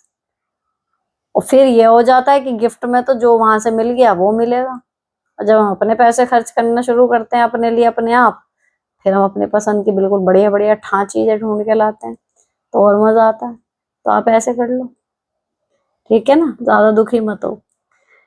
नेक्स्ट मैम, मैं टेस्ट करके खाना बनाती हूँ, जब फास्ट होता है तब खाना अच्छा नहीं बनता तो हस्बैंड गुस्सा करते हैं, खाना टेस्ट भी नहीं करते। हम घर में 2 लोग हैं बस। देखो, जब हम बार बार बनाते रहते हैं तो एक आध दिन हम नहीं भी चखें तो एक अंदाजा हो जाता है। नहीं तो बेस्ट है कि अपनी ना स्पून नाप लो, बार बार अलग चम्मच यूज मत करो, स्पून नाप लो, तो उसमें रोज चखने की जरूरत ही नहीं पड़ती, एक अंदाजा हो जाता है कि हाँ हमारी सब्जी में इतना इतना ही पड़ता है। ऐसा कुछ जरूरी नहीं कि हमें डेली ही चखना पड़े। नेक्स्ट दीदी, मेरे को लगता है मेरा कमेंट दिखता नहीं है, हो सकता है कोई कमी हो, मैं ऐसा कोई शब्द नहीं लिखती जिसकी वजह से मेरा कमेंट ना दिखे। अगर दिख रहा है बताना, बच्चों के लिए बहुत जरूरी प्रश्न थे। अभी यही दिख रहा है बस जो आपने पढ़ लिख दिया, इसमें कोई प्रश्न है नहीं। नेक्स्ट, मैं भी सीजन के अकॉर्डिंग आपकी एक मॉर्निंग रूटीन और एक आफ्टर जॉब रूटीन डाउनलोड करके रखती हूँ। आज प्रिंसिपल सर ने ग्रुप में कॉमन मैसेज भेजा असेंबली में ना आने वालों के लिए। आज कुछ रीजन के कारण डिस्पर्सल असेंबली में लेट हो गई, उन्हें लगा कि मैं गई ही नहीं, मुझसे पूछा कि आप नहीं थे, मैं बोली मैं प्रेजेंट थी, वो नहीं माने। मुझे क्लैरिफिकेशन देना चाहिए इन प्राइवेट स्कूल। हाँ देना पड़ेगा, देना पड़ेगा भैया, अगर मांग रहे हैं और वो नहीं मान रहे तो उस चीज को आपको देना पड़ेगा। और अगर ऑफिशियली नहीं मांग रहे, बस वो समझ रहे हैं कि आप नहीं थी, फिर आप रुक भी सकते हो, लेकिन देना पड़ेगा कि हाँ मैं, और रियल रीजन बताना कि क्यों लेट थे। नहीं तो ऐसी जगह होता है ना, फोटो वोटो खींच लिया करो अगर फोन पर अलाउड नहीं होंगे वहां पे। नेक्स्ट, हरे कृष्णा दी, प्रणाम, कैसे हो? मैं सुबह 5:15 बजे उठ जाती हूँ और 8:30 को मेरे हस्बैंड मुझे टेम्पल छोड़ देते हैं। वहां मैं गार्लैंड सेवा करती हूँ, 11 साढ़े 11 तक रिटर्न घर पर आ जाती हूँ। मेरा सवाल है कि जाने से पहले मुझे हरि नाम की 8 माला, नाश्ता, बच्चों का टिफिन, मोस्टली सब्जी पराठा ही बनाती हूँ, लड्डू गोपाल की सेवा, झाड़ू पोछा, बर्तन, लंच की तैयारी, साड़ी पहन के जाना, ये सब मैं कैसे मैनेज करूँ? प्लीज आप मुझे बताए ना। Thanks in advance, Krishna bless you. आपके जितने भी काम है ना, इनको आप नाप लो कि कौन से काम में कितनी देर लगती है, और फिर देखो कि टोटल काम फुल स्पीड से अगर आप करते हो तो कितने घंटे में वो काम हो सकता है, उससे जल्दी नहीं हो सकता। जैसे मैंने नापा हुआ है 2 घंटे 20 मिनट, ठीक है। अब उसमें मेरा जो है लड्डू गोपाल की सेवा, हरि नाम की 8 माला, ये वाली चीजें नहीं होती। आप ये देखो 4:15 से आप 8:30 जा रहे हो, 4:15 से 8:15, 4 घंटे, तो ये हो गए 15 मिनट और। तो मुझे लगता है इतने देर में आराम से काम हो जाना चाहिए, है ना। तो आपकी थोड़ी सी स्पीड ही स्लो है। बाकी ये कर सकते हो, कौन सा काम कैसे करना है, पहले करना है बाद में करना है, एक जो कागज पे लिख के प्लान करो, फिर ट्राई करो सो फॉलो करने की, देखो होता है नहीं होता है, नहीं होता फिर उसमें चेंज करो। ऐसे कर करके 2-4 बार में आपका एक परफेक्ट रूटीन बन जाएगा। नेक्स्ट, दी, बच्चों और बड़ों में लाइस प्रॉब्लम के लिए एक सोल्यूशन और भी है। केमिस्ट से परलाइस नाम का एक लोशन मिलता है, स्कैल्प में सिर्फ 15 मिनट लगा कर रखें और फिर वॉश कर दें। पहली वॉश में ही ऑलमोस्ट सारी खत्म हो जाती हैं, ट्राइड एंड टेस्टेड है। देखो, ये एक आपने किसी ने पिछली बार जू का सवाल पूछा था, बच्चे के सिर में हो गई है, और कितने सारे उसके लिए सजेशन आ गए। ये है इस चैनल की ब्यूटी। नेक्स्ट, मैम, मुझे हर वक्त ख्याल आते हैं काम करते वक्त, कभी भी अपने आप पुरानी यादें आती हैं, जैसे कि बचपन में क्या किया, कल कल क्या किया, कभी बुरा भी हुआ मेरे साथ, किसी की बातें क्या याद आती हैं, क्या करूं? आगे का कुछ सोच ही नहीं पाती हूँ, इसलिए काम भी नहीं कर पाती हूँ, घर में परेशान रहती हूँ, मेरा दिमाग खाली नहीं रहता, माइंड फ्रेश नहीं रहता। मेरी अभी शादी नहीं हुई है, मेरी एज 25 है और मैं घर में रहती हूँ। देखो, आपको जरूरत है कोई क्रिएटिव हॉबी डेवलप करने की। मुझे अपने बचपन की, जब से मैंने होश संभाला है ना, शायद तब तक की बातें याद हैं, और वो उससे संबंधित जैसे ही कुछ होता है ना, तो मुझे पूरी कहानी से याद आ जाती है, और मैं मतलब उसके बारे में संस्मरण सुनाना शुरू कर देती हूँ। अगर बच्चों से बात कर रही हूँ, अपने हस्बैंड से बात करती हूँ, पता है ऐसा होता था, ये वो, इतना बारीकी से सब कुछ याद है, सब कुछ जो भी मेरे लिए इम्पोर्टेंट था। ठीक है, इसका मतलब ये नहीं होता कि हम आगे की नहीं सोच पाएंगे। इसका मतलब है कि भाई हमारी भाई मेमोरी है, जैसे फोन की मेमोरी है, फोटो है, जब तक आप डिलीट नहीं कर दोगे वो डिलीट नहीं होती। फिर डिलीट होने के बाद भी स्टोरी में पड़ी, स्टोरेज बॉक्स में पड़ी रहती है, रिसाइकल बिन में पड़ी रहती है 30 दिन तक। तो ये तो हमारा भैया दिमाग है, भगवान का बनाया हुआ, इसमें तो डिलीट का ऑप्शन ही नहीं है। तो जितना भी आपने अभी तक एक्सपीरियंस किया है वो सबके माइंड में रहता है, और टाइम टाइम पे रिकॉल भी होता है। ये आपकी अच्छी मेमोरी की निशानी है और कुछ नहीं, ये ओवर थिंकिंग नहीं मानती मैं तो इसे। लेकिन अभी नई यादें बनाना, आगे के काम करना बंद हो जाता है, इसका मतलब ये बिल्कुल भी नहीं है। ठीक है ना। तो आप पिछली बातें हैं, किसी मुद्दे पे वो आई, आपको याद आ गया, आपने जवाब दे दिया, ठीक है, लेकिन आप उसको बार बार रिपीट पे सोचे जा रहे हो, सोचे जा रहे हो, उसकी वजह से आगे का नहीं कर रहे। इसका मतलब आपके पास आगे करने के लिए इंटरेस्टिंग कुछ है नहीं। तो कुछ ऐसा काम, कोई ऐसी हॉबी डेवलप करो, कोई ऐसा काम डेवलप करो अपने रूटीन में, जिसमें सच में आपका दिमाग लगे और आप कुछ नया सीखो। अपने आप ये चीजें कम हो जाएंगी। नेक्स्ट, हेलो दी, मेरी बेटी 3rd में है, बहुत ज्यादा आलसी है, हरदम बैठी रहती है, जिससे बहुत हेल्दी हो गई है। मुझे बहुत टेंशन होती है उसकी हेल्थ को लेकर, क्या करूं?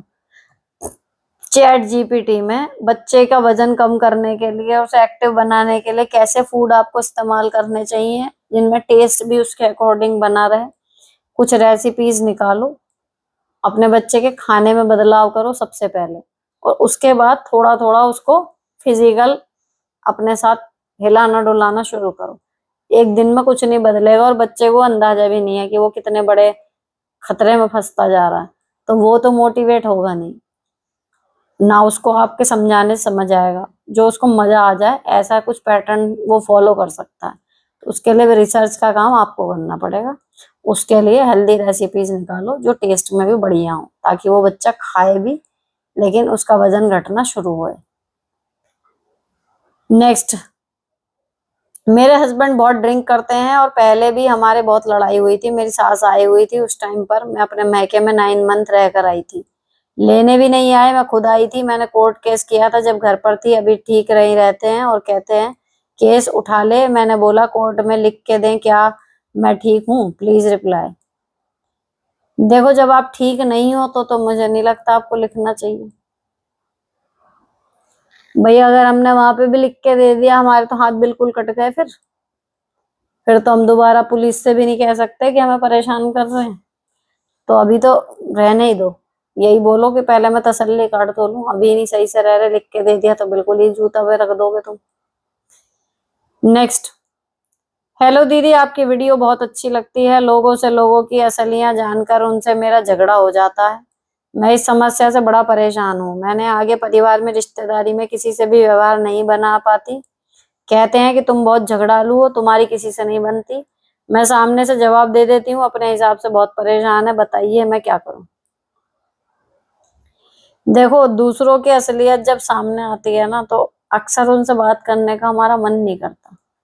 ये प्रॉब्लम मेरे साथ बहुत होती थी और ये मुझे किसी ने ताना नहीं दिया लेकिन मुझे खुद लगने लगा था। तो मैं एक दिन अपने हस्बैंड से बोल रही थी कि शायद मुझ में ही कमी है, मैं ये रिश्ते नहीं निभा पा रही। सारी दुनिया थोड़ी गलत हो सकती है, शायद मैं ही गलत हूँ। ठीक है, लेकिन मेरे हस्बैंड उसका मुझे कोई संतोषजनक जवाब नहीं दे पाए और उन्होंने बस इतना बोला था कि तुम एक्सपेक्टेशन ज्यादा रखती हो। बस तो वो मेरे लिए समझ लो काफी नहीं था। फिर मैं एक्सपेक्टेशन वाले पॉइंट पे ही थोड़ा और सोचती गई तो मुझे समझ में आया कि मैं एक्सपेक्ट करती हूँ कि जैसे मैं हूँ दूसरे के साथ, वो वैसा ही रहेगा मेरे साथ, जो है जैसा है वैसा। लेकिन दुनिया ऐसी नहीं है।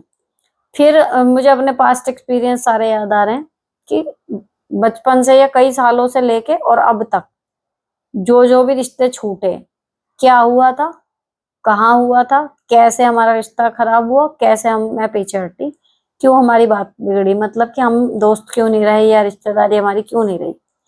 सब में ना एक चीज कॉमन निकल के आई कि हर आदमी मतलब मीठा रहना चाहता है, सामने से किसी से पंगे नहीं लेना चाहता, सामने किसी के बुराई नहीं करना चाहता, या फिर पर्पजली आपको नीचा दिखाने के लिए एक्चुअल में बुरा आपको बोल रहा है।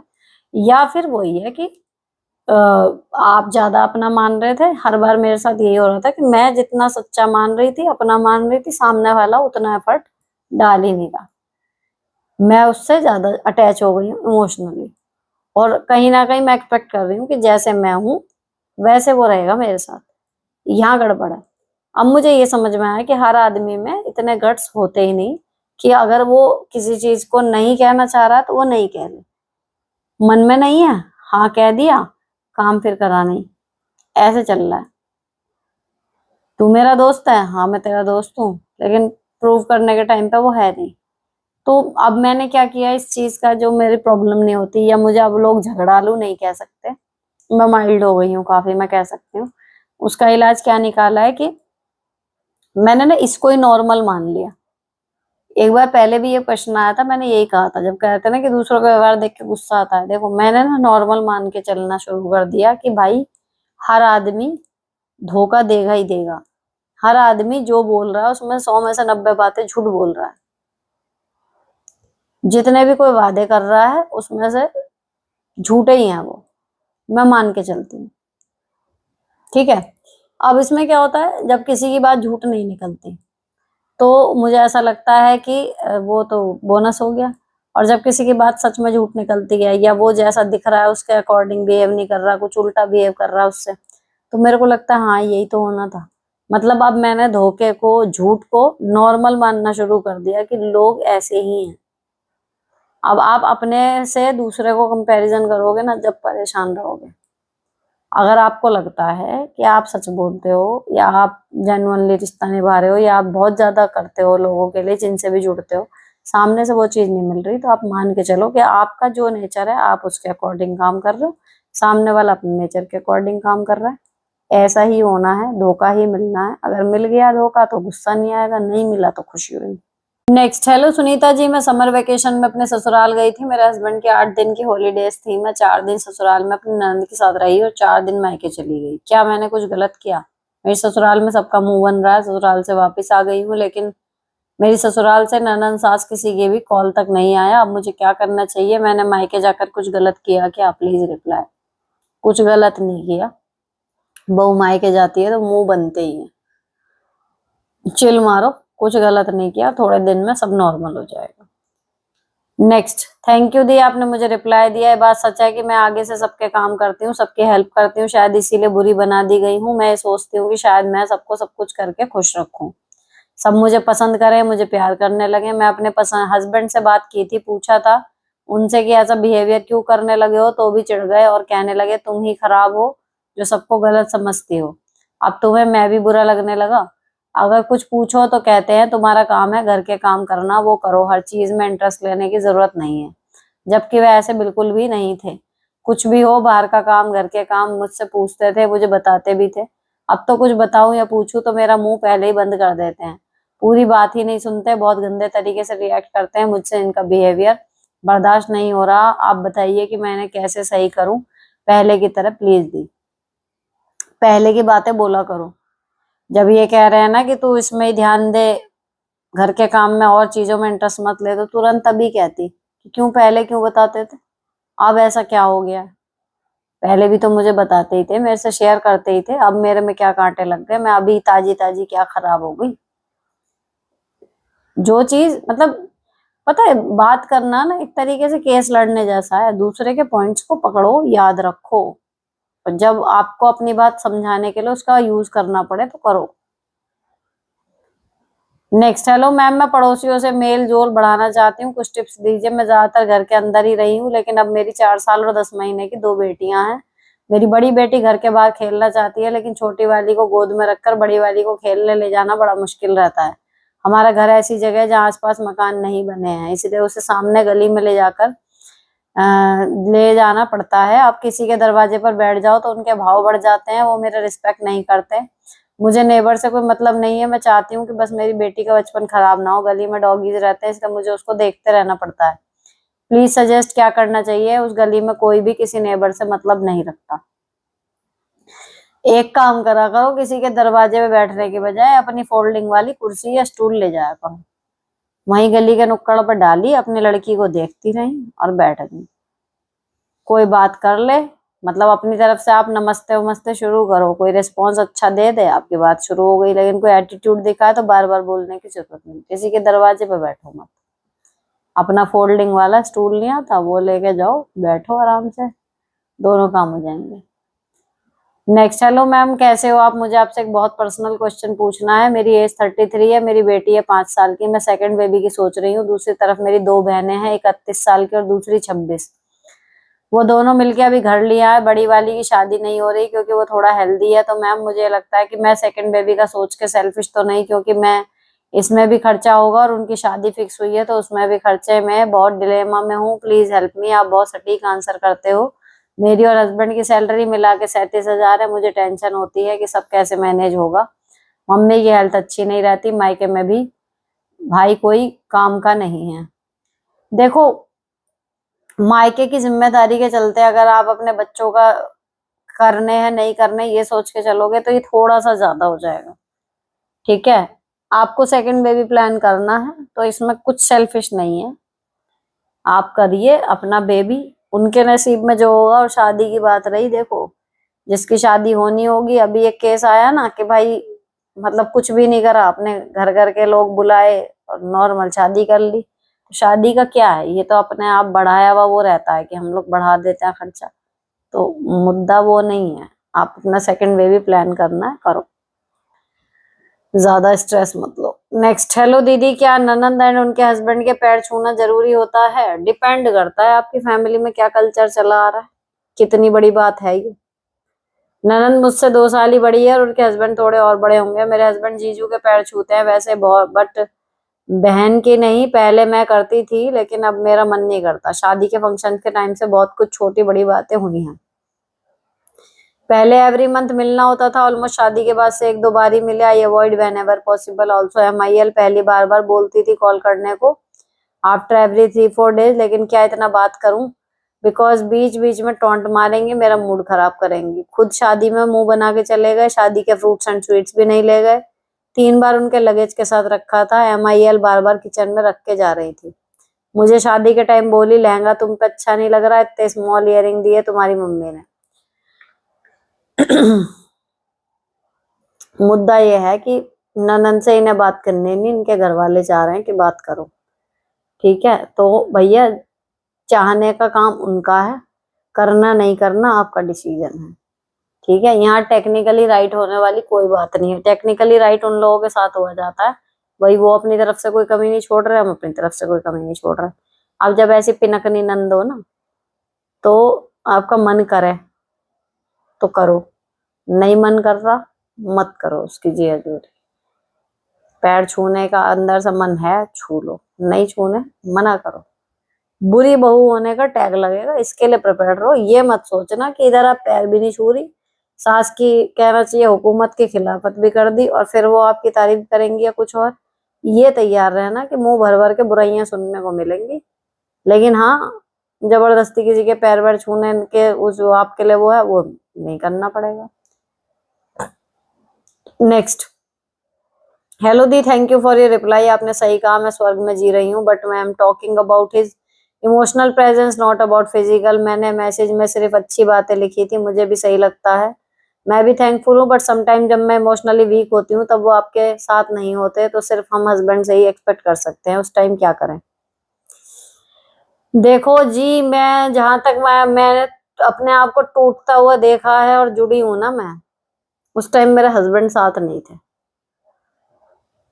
उल्टा कुछ ऐसी कड़वी बातें वो उस टाइम पे बोल जाते थे। ये कहो कि आदमी को समझ नहीं आता, औरत का मन पढ़ पाए, ये हर आदमी के मन की बात समझ में आने की उसकी इतनी नहीं होती, वो नहीं समझ पाते। ठीक है, बॉयफ्रेंड अलग होते हैं कि भैया उन्हें हर चीज पे लड़की अपने बस में कर रही है, वो कुछ भी करेंगे, लेकिन ज्यादातर आदमियों में इमोशनल लेवल उतना होता ही नहीं समझदारी का कि वो जितनी गहराई से औरतें सोचती हैं उसको समझ पाए। अब ये कुछ लोगों को बुरी लगेगी बात, लेकिन ये फैक्ट है, सर्च कर लेना। इमोशनल समझदारी, इमोशनल कोशेंट होता है ना, वो कम होता है। अब आपका जो है ना भाई, उनके लिए जो जो उनके समझ में है कि प्यार दिखाना, वो सब कुछ कर रहे हैं। अब जो ये है ना कि मैं इमोशनली वीक हूँ, उस टाइम मुझे उनकी जरूरत है। इमोशनली वीक आप जब भी होगे ना, आपका पति ना हो कोई भी हो, आपको खुद ही संभलना होता है, और जो खुद नहीं संभल पाता उसको कोई और संभाल ही नहीं सकता। जब तक अपने इमोशनल वीक टाइम पे मुंह दूसरे की तरफ देख के करते रहोगे ना कि ये मुझे कुछ कहेगा तो मुझे अच्छा लगेगा, नहीं, आप स्ट्रांग नहीं बनोगे, आप बार बार टूटोगे। ये पर्सनल एक्सपीरियंस से बता रही हूँ। जब जब ट्रॉमा वह जाने वाली स्थिति में आई हूँ ना, कि बिल्कुल यार कुछ समझ नहीं आ रहा, बिल्कुल लग रहा है कि अब क्या ही करूं, रोना आ रहा है, चिल्ला रही हूँ, प्रॉपर मतलब डिप्रेशन वाली फील आ रही है, अकेली निकली हूँ उसमें से, कोई हेल्प नहीं कर पाता आपकी, करना चाहता नहीं, कभी कर नहीं पाता। तो ये अपना इमोशनल वीक पॉइंट पे दूसरे की मदद की एक्सपेक्टेशन, चाहे वो दूसरा आपका पति क्यों ना हो, छोड़ दो। अपने आप कैपेबल बनोगी तभी इस झंझावत से निकल पाओगी। फिर आपको जब खुद आ जाएगा ना डील करना, तो ये टंटा भी खत्म कि जी इमोशनली प्रेजेंस, फिजिकल प्रेजेंस होता हो कोई तो भी हम खुश हैं, नहीं होता तो भी हम खुश हैं। तब होता है कि हम मस्त में मस्त हैं, उसके बाद कोई आ जाए और खुश हो गए, नहीं भी आए तो हम दुखी नहीं है। उस कंडीशन में जब भी पहुंचोगी जब खुद निपटना सीखोगी। नेक्स्ट, नमस्ते दीदी, आप बहुत अच्छी हैं। मेरे हस्बैंड को नशे की आदत हो गई है, मैं छोड़ने के लिए कहती हूँ तो झगड़ा करने लगते हैं। उनके रिलेटिव्स उनके मुंह पे उनके वाली बोलते हैं, मेरे मुंह पे मेरी वाली बोलते हैं। दीदी प्लीज बताएं मुझे क्या करना चाहिए। अब देखो जी, नशा जो है रिश्तेदारों का तो यही रहता है, उनकी तो छोड़ो। नशा अगर नया नया आदत लगी है तो छूटने के भी चांस है। नशा मुक्ति केंद्र का मैंने पिछली बार भी बताया था कि भैया गूगल पे अपने जिले का, अपने शहर का नशा मुक्ति केंद्र पता करो कहाँ है, उन पे जाके मिलो, बात बताओ नहीं ये है, फिर देखो क्या हल निकलता है। नेक्स्ट, बस एक सजेशन सभी के लिए, अपना सवाल यहाँ लिखने से पहले एक बार चैट जीपीटी पर लिखकर बोल दीजिए इसे क्रिस्प और शॉर्ट बना दो। ये स्पेलिंग मिस्टेक्स भी ठीक कर देगा और सवाल को छोटा, साफ और सटीक बना देगा। देखो कितना बढ़िया कमेंट है। कर लिया करो ये सब, तो हो सकता है और आपके क्वेश्चन और ज्यादा अच्छे हो जाएं, सटीक, छोटे और कम spelling mistake. Next, hi ma'am, मेरे हबी अडॉप्टेड हैं, मैं इकलौती बहू हूँ। हबी पूरी सीरियली अपने माँ को देते हैं। सीरियली नहीं होगा, सैलरी होगा। खुद कुछ सेव नहीं करते, मैं उनसे बोलती हूँ तो कहते हैं कि माँ कहाँ ले जा रही है, सब कुछ तो हमारा ही है। बट ऐसा नहीं है, माँ बहुत तेज है, हम कुछ सेव नहीं कर पा रहे, प्लीज बताएं हम क्या करें। उन्हें यही कहो कि बाकी का खर्चा पानी मम्मी को दे दो, जो सेव करना है वो निकाल के जाके बैंक में जहाँ कर भी इन्वेस्ट करना है वो कर दो। खर्च उनके हाथ से होने तो कोई बात नहीं। 50,000 कमाते हो तो 50 में से कम 20,000 रुपए इन्वेस्ट करने हैं, तो आपका मजबूती होती रहेगी। खर्च जैसे चल रहा है चलता रहेगा। नेक्स्ट, दीदी मेरा पति मुझे घुमाने कहीं नहीं लेके जाते, खुद दोस्तों के साथ घूमते हैं और उनका अफेयर भी था, मुझे पता चला, मैं क्या करूं। और मेरी बात भी नहीं मानते, बहुत परेशान हूँ। मेरी लव मैरिज है, शादी करके मेरी जिंदगी खराब कर दिया। बताओ, लव मैरिज वाले को भी घुमाने नहीं ले जा रहे और अफेयर फिर कर रहे हैं, यानी आदत ही खराब है, मुंह मारने की आदत है उसकी, है ना।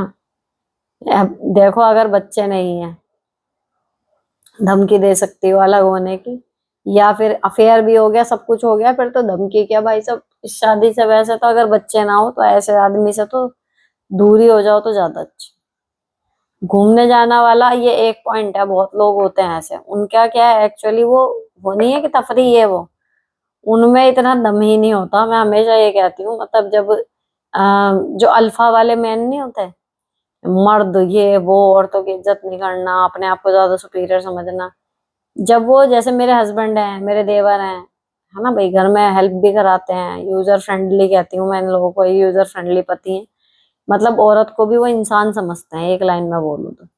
ऐसे आदमियों को वो लोग क्या है दृष्टि से देखते हैं, ढीला है, ये है वो है, या फिर ये आदमी है, घर में काम कर रहा है, ये आदमी है, ये डायलॉग आते हैं। ठीक है, तो देखो वो अल्फा मैन मैं कहती हूँ, उनका वो वाली जहां तक कंडीशन है ना, वो एक्चुअली उनमें दम नहीं होता कि वो अपने बराबर का सम्मान अपनी बीवी को दे सके। ये मैं मुंह पे भी कह चुकी कि भैया असली मर्द वही है जो, हम मजे कर रहे हैं बाहर जाके, वो बीवी बच्चों को भी करा सके। उसमें कितनी मेहनत लगती है, सिक्योरिटी का ध्यान रखना, उनके कंफर्ट का ध्यान रखना है ना, कभी उन्हें फोटो खिंचवानी है, कभी बच्चों को कुछ खाना पीना है। ये एक असली मर्द की निशानी होती है, वो उनको लेके जाएगा कि भाई मैं अकेला एंजॉय नहीं कर रहा, मेरा परिवार भी करेगा। और जो रहते हैं ऐसे ही अल्फा वाले कि उनके बस की जिम्मेदारी उठाना है नहीं, वो अकेले भगे फिरते हैं दोस्तों के साथ, तो ये उनकी अपनी कमजोरी है, ये उनकी मजबूती नहीं है कि भाई वो अकेले घूम रहे हैं। ठीक है, अब वो जब ऐसा कर रहा है ना, तो यानी कि वो इमोशनली मेंटली इतना बढ़िया आदमी है नहीं, मजबूत। दूसरी तरफ एक लव मैरिज करके एक बंदी लेके आया हुआ है, उसके बाद फिर दूसरी जगह उसको मुंह मारना, तो वो वैसे भी स्टेबल नहीं है। तो कुल मिला के वो बढ़िया आदमी है नहीं। अगर कर सकती हो तो इस शादी से निकल जाओ एज सुन एज पॉसिबल, वो ज्यादा अच्छा। खाली घूमने की बात होती तब तक कोई बात नहीं थी, लेकिन घूम भी रहा है साथ में, अफेयर भी कर रहा है, नॉट डन। नेक्स्ट, दी मेरे हबी को एक्सपायर होने के बाद अब मेरा बेटा भी बीटेक करने चला गया, मैं अकेली हो गई हूँ, बहुत डिप्रेशन में जा रही हूँ, जबकि 6 घंटे की जॉब, 3 घंटे का ट्रैवल, घर का सारा काम है, फिर भी बहुत अकेला फील कर रही हूँ। देखो, जॉब और आने जाने का जो टाइम है ना, वो सब आपके रूटीन में आ चुका। उसके बाद जो आपका टाइम आता था, तब आप अपने बेटे के साथ, पति के साथ टाइम बिताते थे, इसलिए आपको अकेलापन लग रहा है ना। तो भैया वो तो रहेगा, उसके लिए आपको अपना सर्कल एक्सपेंड करना होगा, कुछ फ्रेंड सर्कल रिवाइव कर लो, कुछ इस तरीके का जिसमें आप लोगों से इंटरेक्ट कर पाओ, ये अकेलापन तभी दूर होगा। नेक्स्ट, चलो मेरा एक इंसिडेंट है, मैं एक दिन गायनोकोलॉजिस्ट फीमेल थी, उसके पास गई कुछ टेस्ट के लिए, मैंने उनको बोला कि मुझे डॉक्टर को देखकर डर लगता है, तो उन्होंने इतनी इंसल्ट की मेरी कि तुम्हें साइकेट्रिस्ट की जरूरत है जो इतना डर रही हो, ये कोई देश चलना है, तुम मर्ज भी जाओ, किसी को कोई फर्क नहीं पड़ता, आपको देखकर ही लग रहा है अपनी ही दुनिया में हो। मुझे बहुत बुरा लगा कि डॉक्टर होकर वो थोड़ा बोल सकती है ऐसे। कोई बात नहीं, ऐसा लेक्चर दिया, फिर मेरा कॉन्फिडेंस सच में लो हो गया। प्लीज रिप्लाई अगर कोई बहन आंसर देना चाहे तो। किसी जाहिल डॉक्टर के पास पहुंच गई हो, मुझे तो यही लग रहा है। दूसरे डॉक्टरों से बात करो, अपने आप कॉन्फिडेंस वापस आ जाएगा, वो क्रैक होगी, बन गई होगी डॉक्टर किसी तरीके से। नेक्स्ट दीदी, मेरे मन का जवाब दे दिया आपने। कोई कोई महिला पति चाहे कितना एफर्ट लगा दे पर संतुष्ट होती ही नहीं, बेचारे पतियों पर भी दया आ जाती है। चलो अगला, मैम सीखो ऐप के बारे में कुछ बताएं। देखो मैंने उसको कभी ट्राई नहीं करा। आप 9 रुपए का या 1 रुपए का जो भी है वो ट्रायल होता, उसमें वही होगा कि उसमें एप्स में सिखाते होंगे। मुझे तो उससे बेटर लगा चैट जीपीटी। कुछ भी सीखना हो यार इतना बढ़िया बताते हैं, वहां पर कर लो उसकी बजाय। नेक्स्ट दी, हमारा नेबर जब भी हम कुछ खाने बैठते हैं तो जानबूझ के थूकता है, नोजी निकालता है। हम टीवी का वॉल्यूम बढ़ा देते हैं और डोर भी क्लोज करते हैं, और जगह नहीं है खाना खाने के लिए, बच्चे भी खाना खाते हैं इसलिए बुरा लगता है।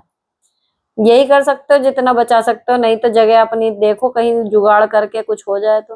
हो सकता है वो जानबूझ के करता हो सकता है वो बिना जानबूझ के करता हो, लेकिन आप अपना ही बचाव कर सकते हैं किसी तरीके से, और क्या करेंगे। नहीं तो वो सारा दिन तो वो करेगा नहीं। आप खाना खा रहे हो ये उसको दिखता कैसे है, पर्दा वगैरह लगा लो। नेक्स्ट दीदी, हम आपकी बात सुनते हैं, प्लस साइज व्लॉगिंग वाली हूँ। सबसे पहले गीता की तरह सबको सुनना चाहिए, ऐसा मैंने ही कहा था, आपको याद होगा, बात पुरानी बात है। चलो जी, इन्होंने बहुत कुछ करा है मेरे वीडियो से देख के। अभी इसमें वीडियो लंबा हो रहा है इसलिए मैं ये वाला कमेंट, जो क्वेश्चन नहीं है वो छोड़ रही हूँ, मेरी तारीफें हैं। नेक्स्ट दी, भगवान की दया से सब कुछ है मेरे पास। पहले फाइनेंशियल वीक थी, अब कमाती हूँ और सेल्फ कॉन्फिडेंस भी है। पहले बेबी नहीं था 4 साल से, अब बेबी भी है। ससुराल वाले टॉक्सिक थे, उनसे बच्चा होने के बाद अलग हो गई हूँ। हस्बैंड भी अच्छे हैं लेकिन मन में सेटिस्फेक्शन नहीं है, पता नहीं क्यों मेरा मन उदास और दुखी रहता है। मैंने रीजन फाइंड करने की कोशिश की बट मुझे नहीं मिल रहा, और मैं पूरी कोशिश करती हूँ कि मेरे बच्चे और पति के साथ हर मोमेंट खुशी का बिताऊं, पर मन अंदर से खुश नहीं है। क्या करूं, प्लीज रिप्लाई। देखो इसका मतलब आपकी लाइफ में ना कुछ और हायर आपके लिए भगवान ने गोल सेट करे हैं जो आपको पूरे करने हैं, इस वजह से आपको ये फीलिंग आ रही है। ऐसा होता है, ठीक है। तो अभी ना अपने आप को टाइम दो, और क्या करके आपको खुशी मिलती है उन कामों की लिस्ट बनाओ और उन्हें एक एक करके करना शुरू करो। या फिर आपके लिए सब कुछ सॉर्टेड है तो आप समाज की भलाई के लिए, लोगों की भलाई के लिए क्या कर सकती हो, आप ये सोचना शुरू करो। आपके सामने जीता जाता एग्जाम्पल हूँ इस चीज का मैं। यूट्यूब शुरू करना मेरे लिए कोई मजबूरी नहीं थी, मेरी अच्छी खासी जॉब थी, मेरे पति अच्छा खासा कमाते थे, घर में इतने सारे काम थे, सब कुछ था। फिर भी यही एक चीज थी कि सब कुछ सॉर्ट जब मैंने कर लिया, सारे कलेश दूर हो गए, बच्चा भी है, सब कुछ है, उसके बाद भी एक खालीपन सा लग रहा है। तब क्या है कि अपने जीवन के खालीपन को अगर आपको भरना है ना, तो दूसरों का खालीपन भरना शुरू कर दो। आप खुद फुलफिल महसूस करते हो तो फिर लोगों की कुछ मदद हो जाए, है ना। इस तरीके से कि जो आपके पास है किसी चीज का इलाज, वो लोगों को भी बताओ। इस तरीके से ही तो मैंने ये स्टार्ट किया था। तो इसका मतलब आपकी लाइफ में कुछ हायर एम है जो भगवान ने आपको डिसाइड करके भेजे, बस आपको उन्हें ढूंढने की जरूरत है। तो यानी कि अभी जो जितनी भी दिक्कतें थी वो आपने निपटा ली, अब नेक्स्ट पारी के लिए आप बिल्कुल तैयार है। तो यहाँ पर ये एपिसोड खत्म होता है। अच्छा लगा हो तो चैनल को सब्सक्राइब कर देना, किसी के काम का लगे तो क्लिप करके शेयर करना मत भूलना, पुण्य का काम है। मिलती हूँ आपसे अगले एपिसोड में। Till then bye bye, stay beautiful and sorted always.